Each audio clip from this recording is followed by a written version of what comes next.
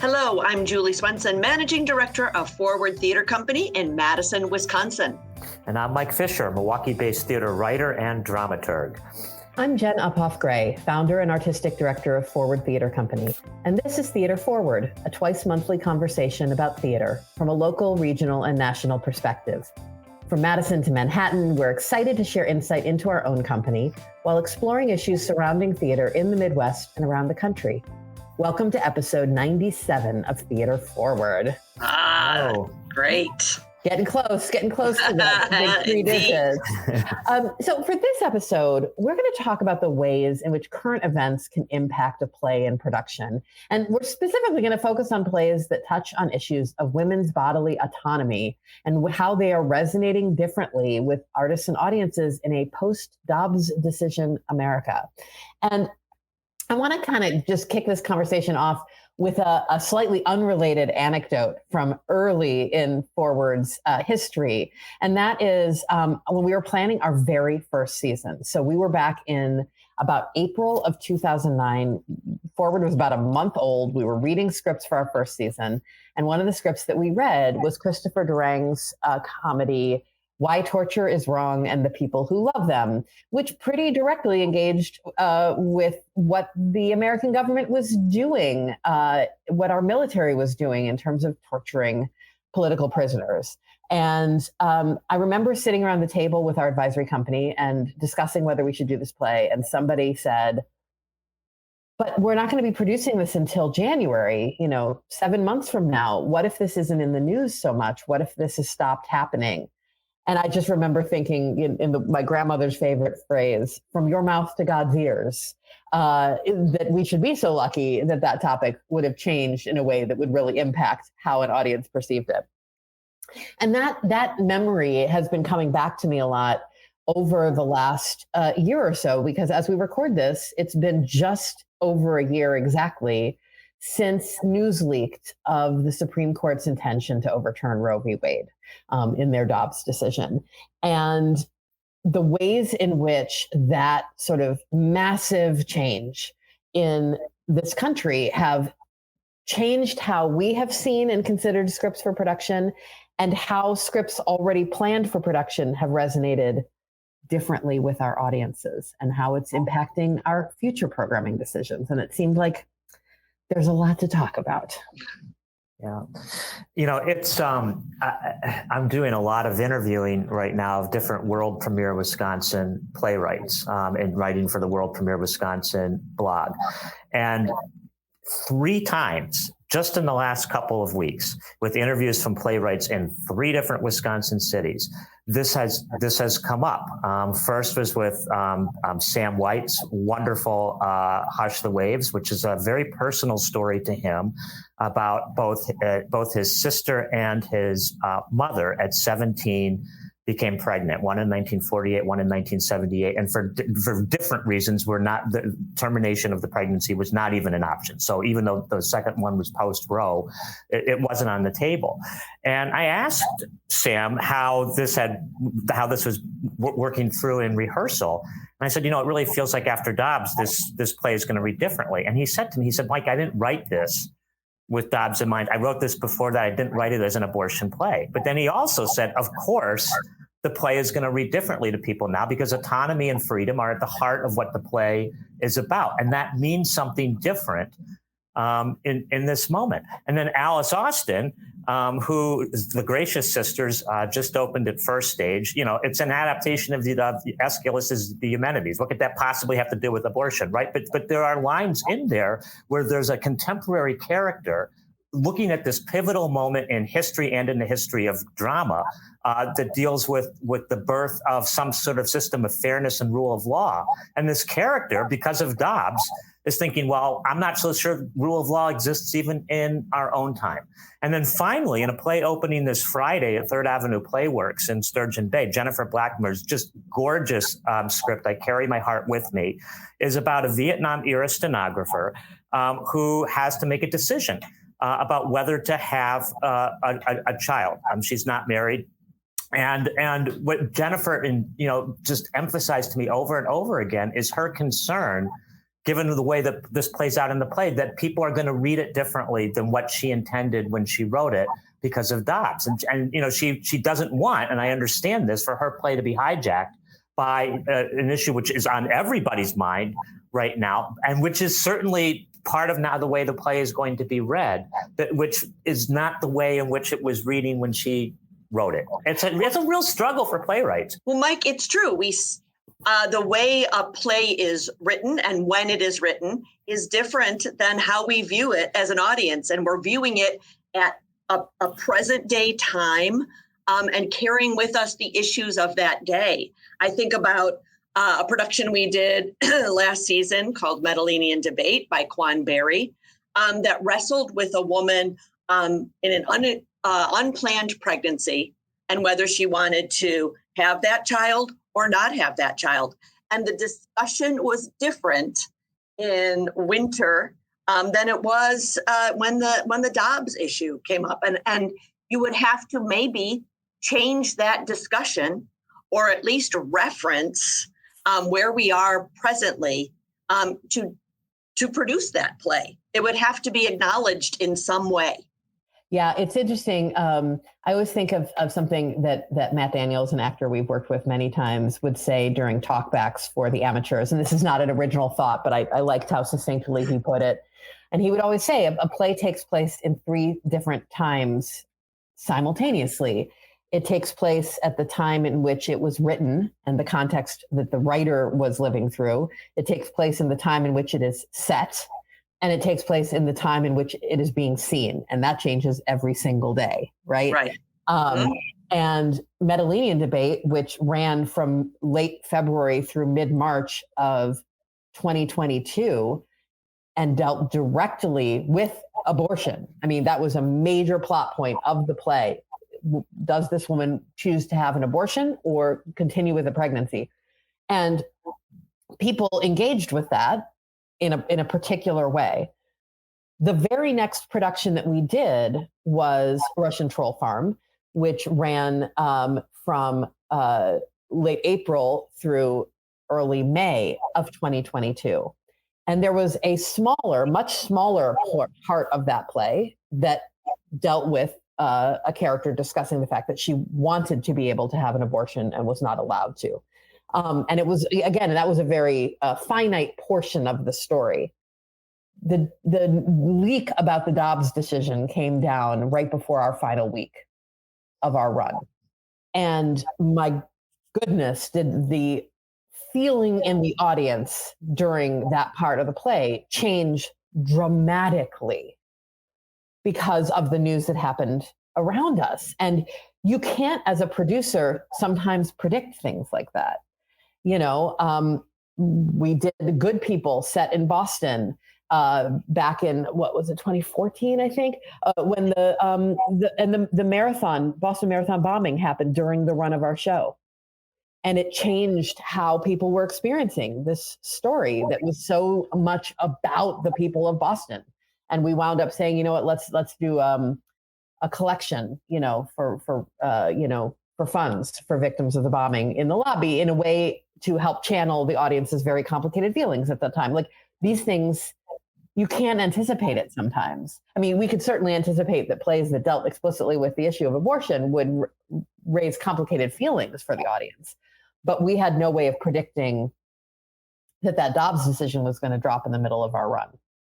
Well, and just even with Russian Troll Farm, I suppose you could argue that, given that Putin is such a thug, that you could predict that at some point he was going to once again invade Ukraine. But the fact that happened in the context of our production, even though when we planned it, we had no, and that completely changed on that issue, a play that is talking about Putin and doing it in a way that's sort of a send up of him.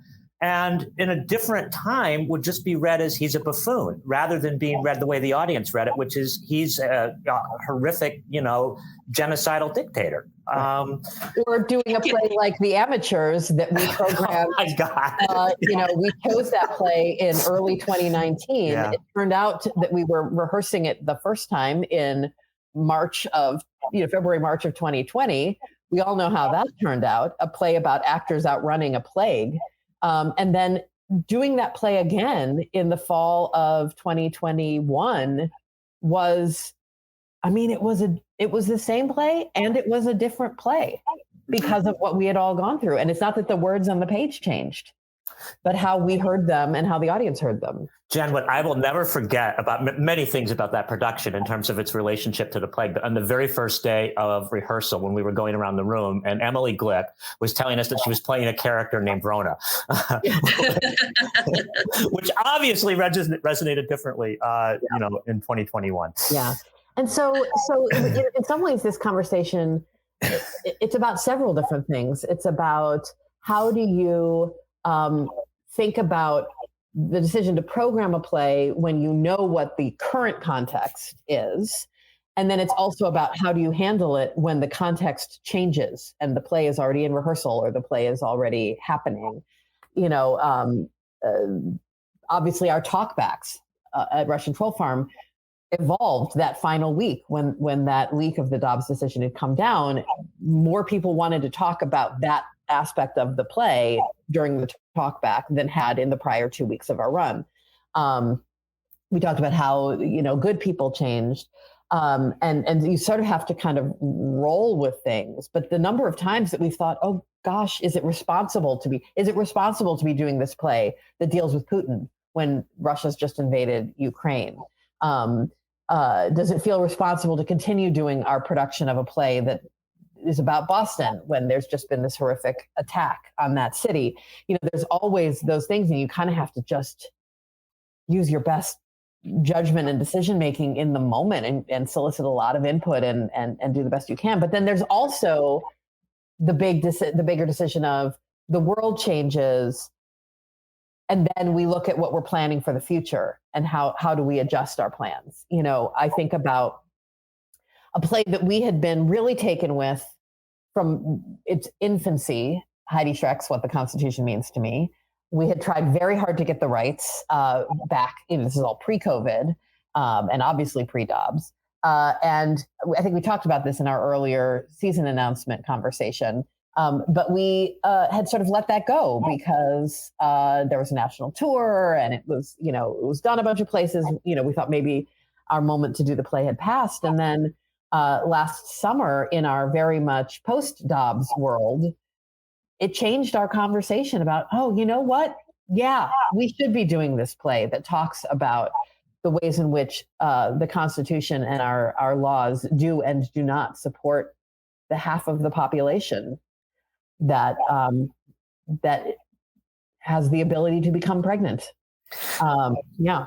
Jen, as somebody who, like me, saw the Broadway production before Dobbs, and I know it's really early days. I'm not asking you to give away state secrets on how you're going to direct a play that's still a year away. But just when you rereading the script as you were thinking about programming it for this season, were you responding can you track emotionally an emotionally different response than what you felt when you saw it on Broadway? It's powerful no matter when, right? But did it change? Did your director's brain already start thinking about ways it's going to change how you approach the work?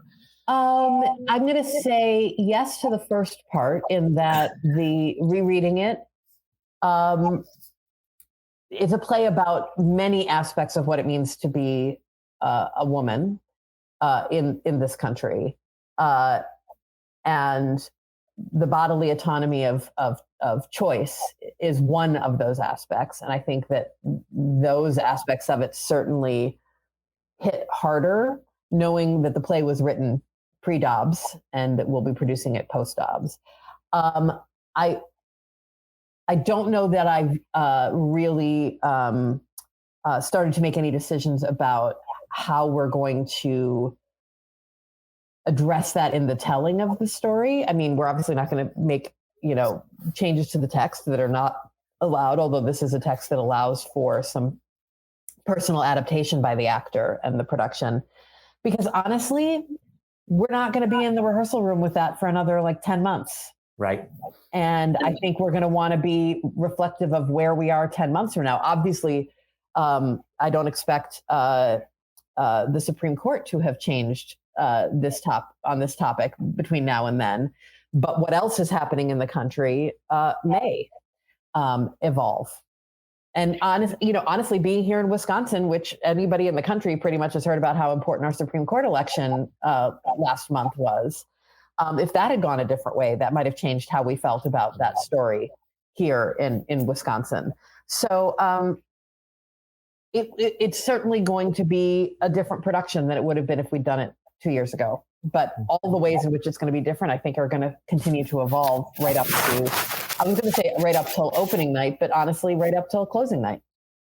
Yeah. And I think, just for people that don't know, decisions about what the season will be is made a year and a half prior to when a lot of these plays actually get produced. So there is a huge guessing game and an anticipation. Will this still resonate, especially for something as topical as what the Constitution means to me? And how will it resonate at that time? And you anticipate, no, this will still be relevant. These are still important things that she's talking about. But audience is going to hear it a little bit differently, even from now to a year from now. Right. And it's sort of the fun of doing this. We pick sort of for our time and hope that it is important at the time it is being produced. Yeah. And it's the risk. It's the fun and the risk, right? It's the high wire act of trying to guess where we are going to be at the time at which we take in a production. And this particular issue of how this country legally treats women, and I, when I say the word women, I include all women. That includes trans women. That includes anybody who is being impacted by these limitations on our physical autonomy. It seeps into how we hear all kinds of stories, not even just ones that specifically deal with the topic of pregnancy and whether or not to terminate a pregnancy. So Medellinian debate talked about that explicitly. Russian Troll Farm talked about that explicitly. The next play that we did that was in September of 2022, The Wanderers, it wasn't a play specifically engaging with the issue of abortion, but it did engage because one of the characters is an Orthodox woman who is intrigued with the idea of contraception and not having endless pregnancies. And that resonated differently coming at the end of last summer. And I think all stories that touch in any way with the way in which our rights are shrinking, which is certainly not an unheard of thing in America, but it is unusual. We tend to think of rights as expanding as we evolve as a society. And this is one of the largest issues in my lifetime of rights shrinking. Right. Yeah. I would think back to, the internment camps for another, example. And that was before my lifetime.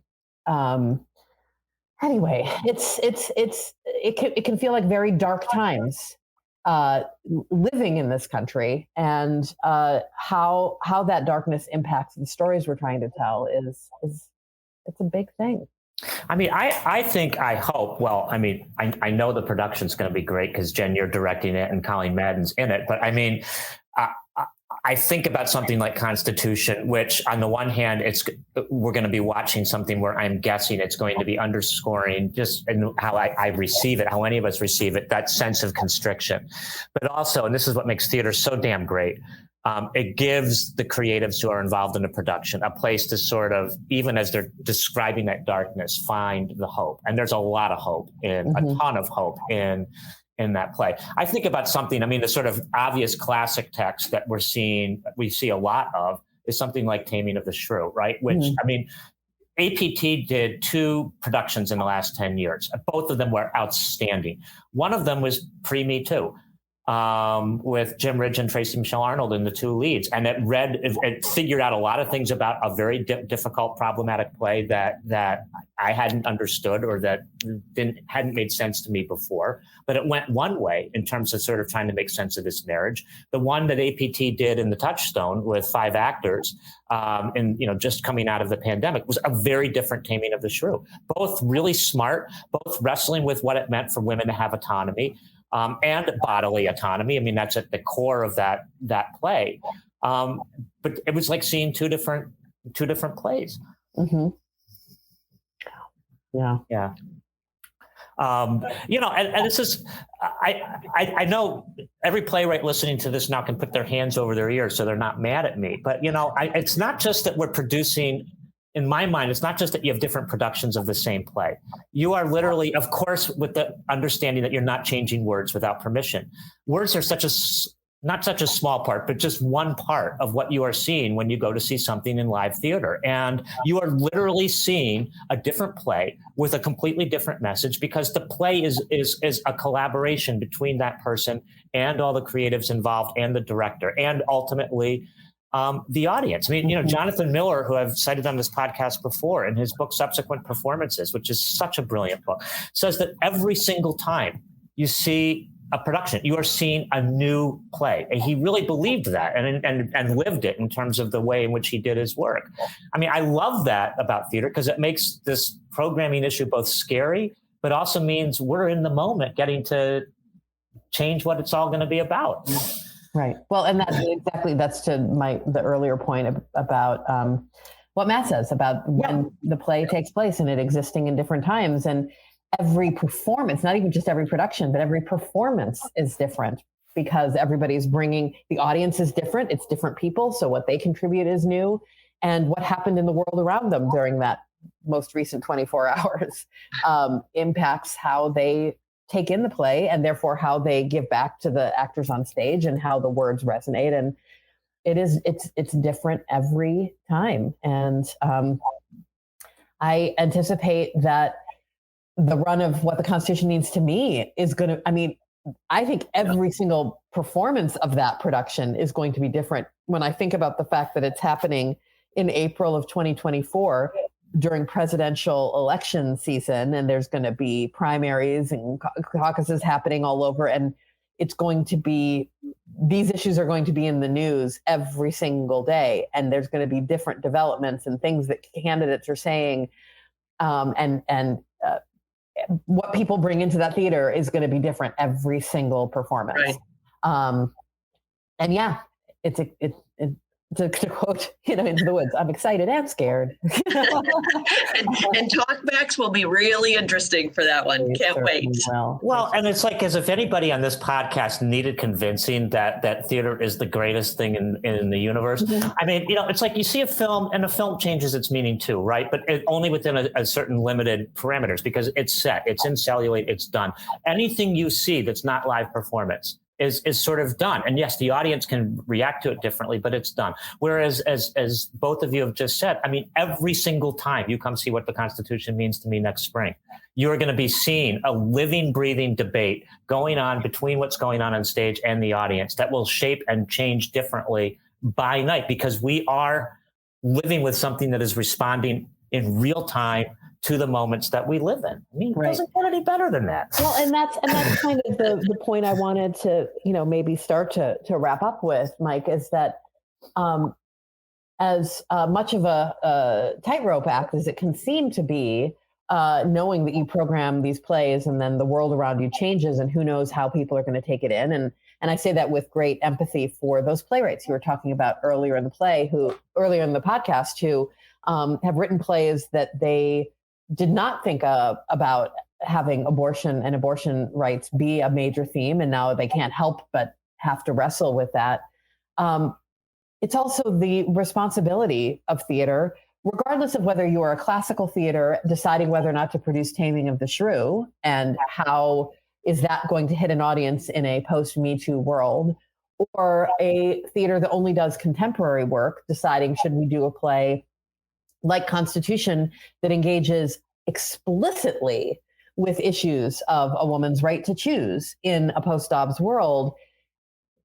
we have a responsibility to hold the mirror up to nature, to do plays that reflect the concerns, the joys, the experiences, the obsessions of our audience. And that doesn't mean choosing issue plays. And it's a podcast, so no one can see that I'm putting little quote marks, air quotes around the word issue plays. Like, we never set out and say, I want to do a play that deals with abortion. I want to do a play that deals with the environmental crisis. Like, we don't search for scripts to do in that direction, right? We want to choose wonderful stories that resonate. But what we inevitably find is that the stories that resonate are the stories that do, and in some form, either explicit or implicit, wrestle with issues and engage with the issues that are occupying our minds as members of our community. And we always are trying to reflect that in our programming. What's on the minds of our audience? What are they trying to figure out for themselves or as a community? What are we trying to do better as Madisonians, as Wisconsinites? What are we trying to address to make our world better? And does this story help us do that? And those are the plays that, and sometimes it's because we need to do a play like Airness, that is a comedy that lets people just experience joy because there's been a lot of trauma in our lives. Or sometimes it's what the Constitution means to me, that's going to let us really explicitly wrestle with how the legal system is not serving half of our society, and everything in between. But it's always from the point of view of how does storytelling help us make sense of our world? That is like so a wrap on this episode, except that, of course, listeners, it won't be, because tomorrow we could be talking about this in a completely different way. Exactly right. Indeed. That's exactly right. Between this recording and dropping of the episode in 10 days or so, we'll see how the context changes. But yes, I'm grateful to have all of your voices in this effort here on the screen, and the voices of the people listening, because we hear from you when you come to see our shows and when you engage with us online, and the things you have to say help us know what stories might be useful. So I'm going to say, with gratitude to everyone, that is it for this episode of Theater Forward, a conversation about theater in Wisconsin, the Midwest, and America. I'm Jen Uphoff-Gray. I'm Julie Swenson. And I'm Mike Fisher. Our podcast is produced by Scott Hayden, and you can follow us or share your thoughts on Facebook and Twitter at Theater Forward. As always, something that's inflexible, something that will not change regardless of circumstance and time, is that theater is spelled with an ER. And if you enjoy this podcast, don't forget to subscribe to us on Apple Podcasts or wherever you might tune in. And as we said, would love to hear from you. Please leave a comment. We're very grateful to have you listening, and we will be back soon for another Theater Forward conversation.